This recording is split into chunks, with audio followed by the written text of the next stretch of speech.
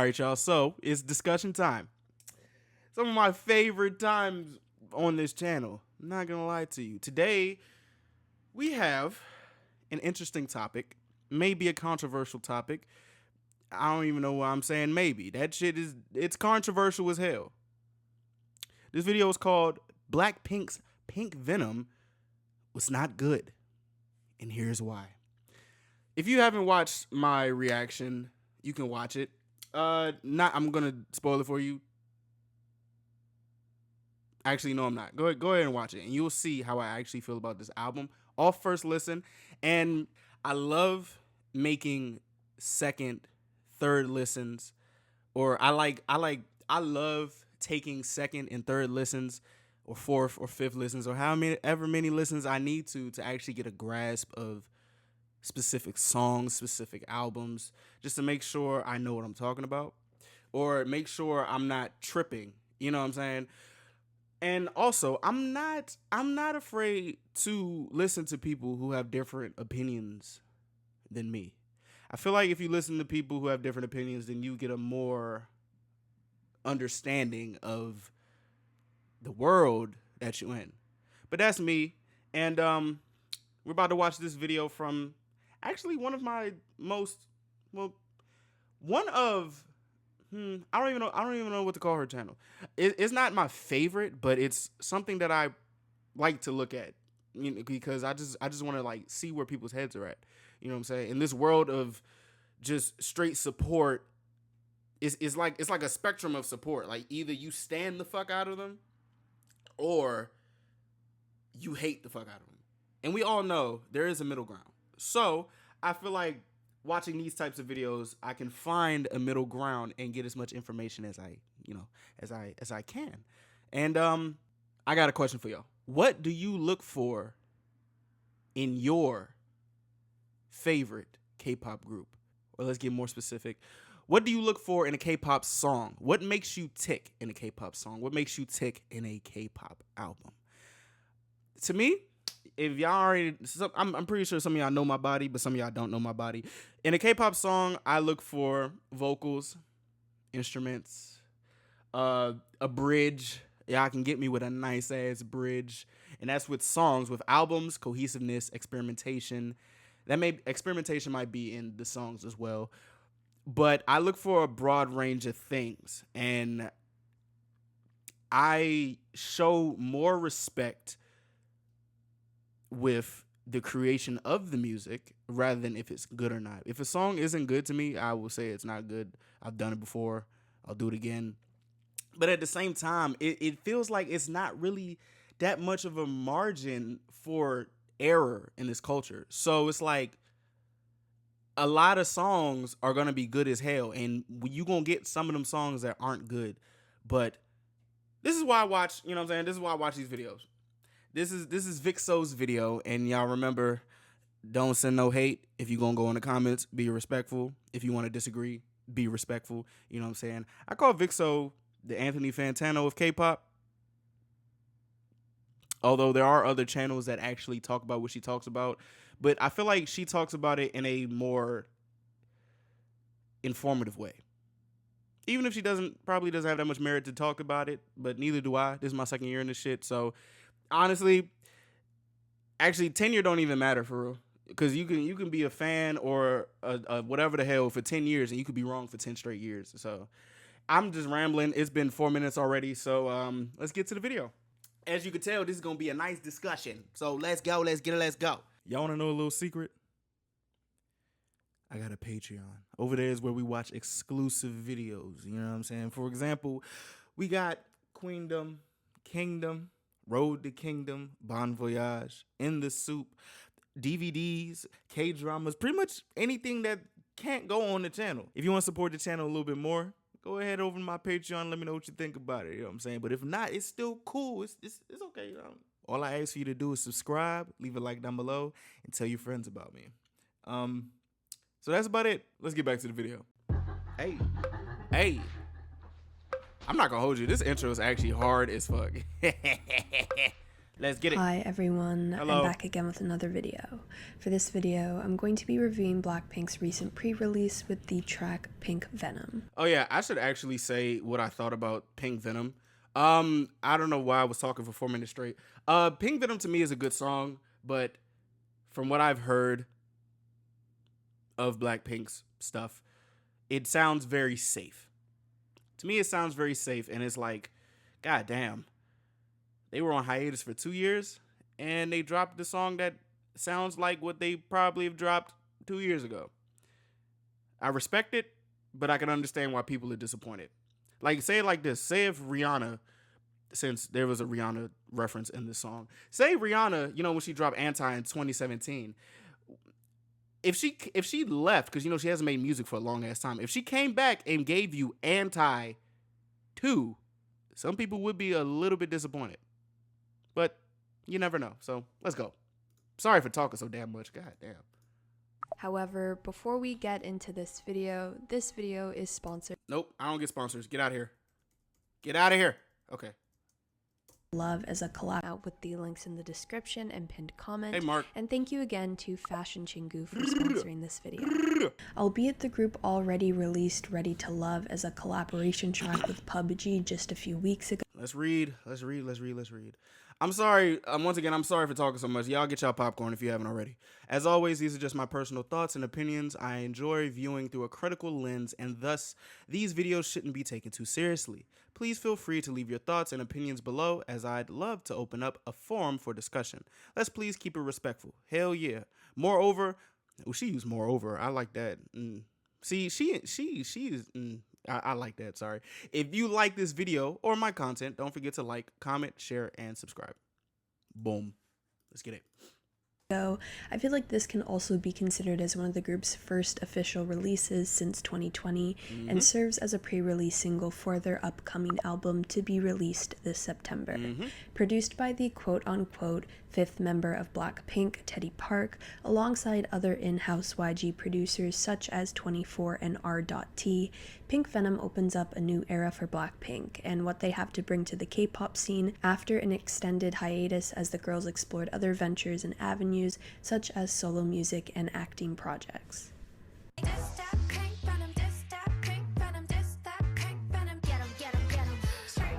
Opening up this track, Pink Venom's instrumental has the plucking strings of a...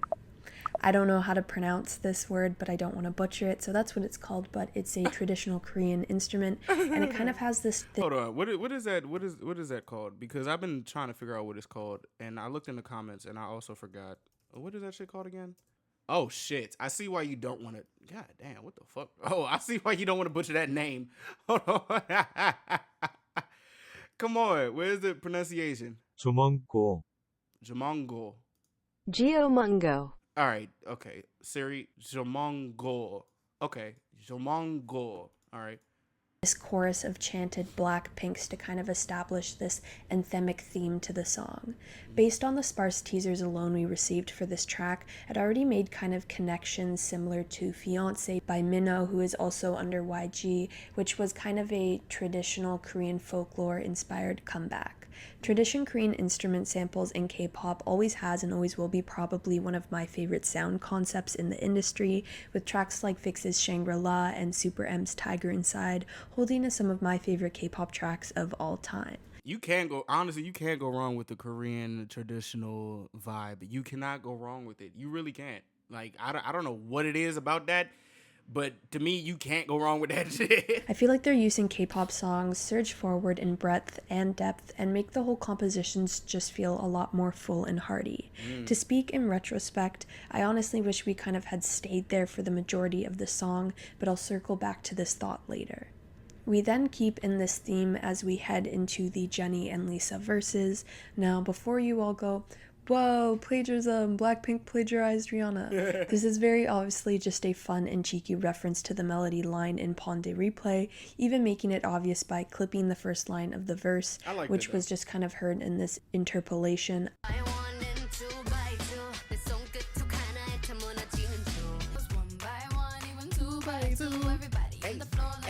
Hey, I honestly, bro, I honestly love that. I love paying homage to people, and this is coming from somebody who makes covers, who has made like 25 covers to shit. I just love like referencing other artists because that's honestly what music is about. At this point, nothing is original for real. So you can like make something that's already pre-existing and turn it into your own. And there's some way to, there's a way to like, like make some out of it. That's what I think music is about. So that plagiarism shit don't make no sense if anybody actually said some shit about that. I'm pretty sure they didn't, but hey. Thought it was really fun. It was super catchy. That shit was hard. This is one of my favorite eras of music as well, like early 2000s pop, so I thought it was cute. I really liked it. We then segue through a pretty standard Rosé and Jisoo pre-chorus.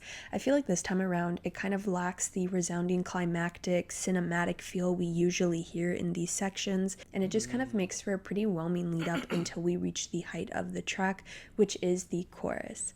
The chorus itself kind of sits in this Caribbean-esque beat, and as soon as I heard it, I made several other connections to other tracks of this style.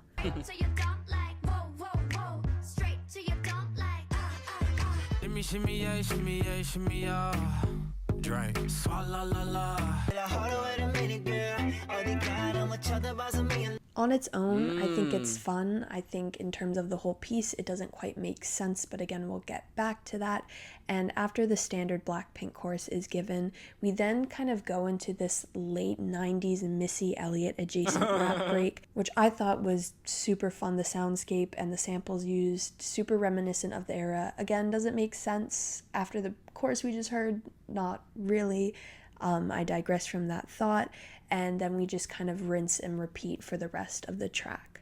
I think such an important note and talking point. That's actually insane. They literally put like 3 different types of sounds into one sound, and at the same time, it still sounds like Blackpink. That's interesting as hell. Like, how do you put 3 different sounds that literally have 3 different auras and still make it sound like like, that's interesting as fuck. That's why I'm not really mad. Like, I'm not mad about how it could sound like it could sound safe. I feel like it only sounds safe is because like they were getting experimental in some way, shape, or form and still had to have their Blackpink in that hole.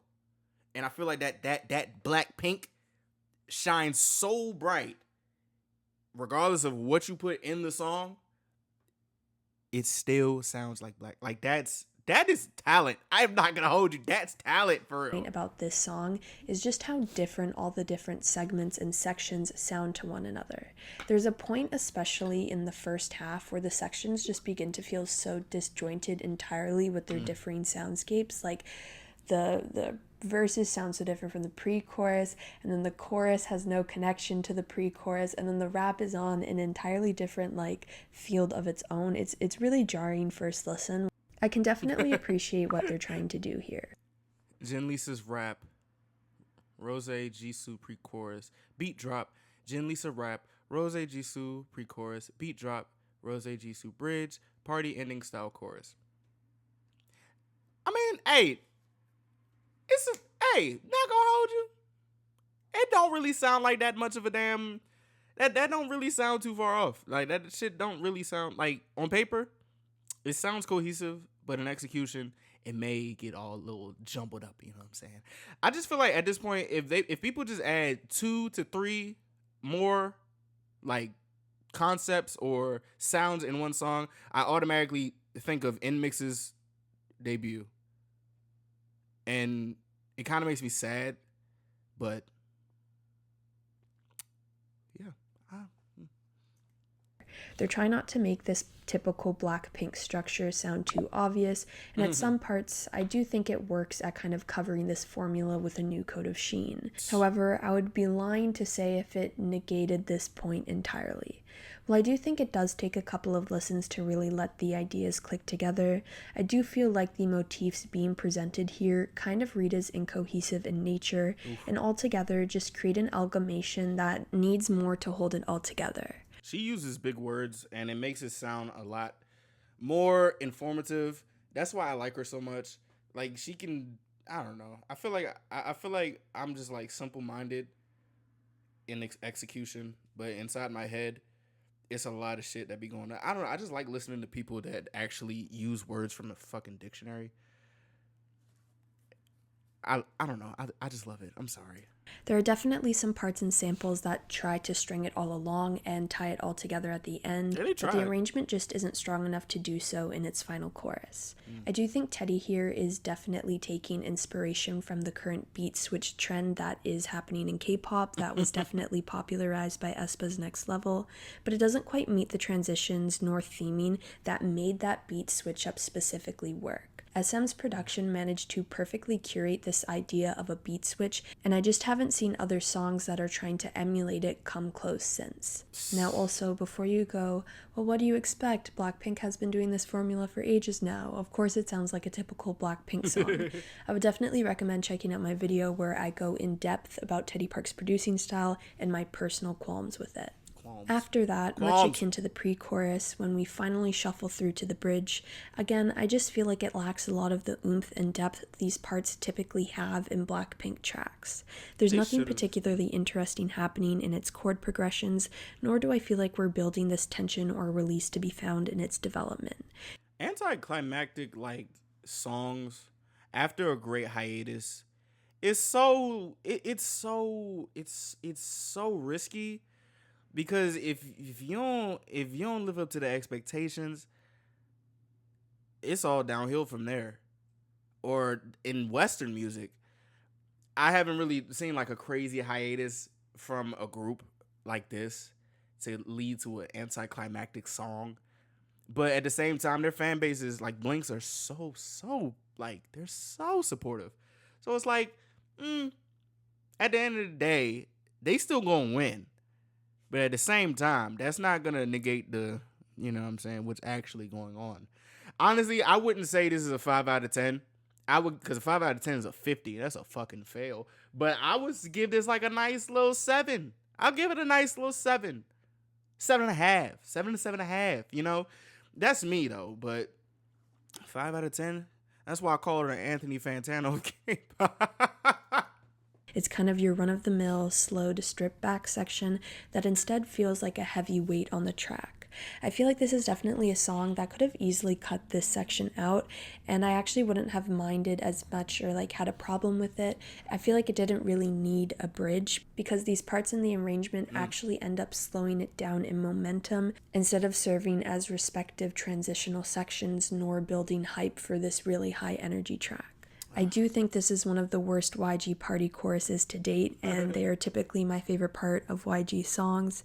It just fails to imitate the onomatopoeias and repetitive lyricality as heard in Lisa's Money's final chorus.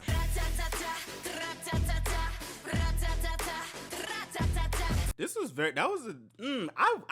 I love that party jump though. This is why I need to listen to more of them, because it didn't really sound that bad to me.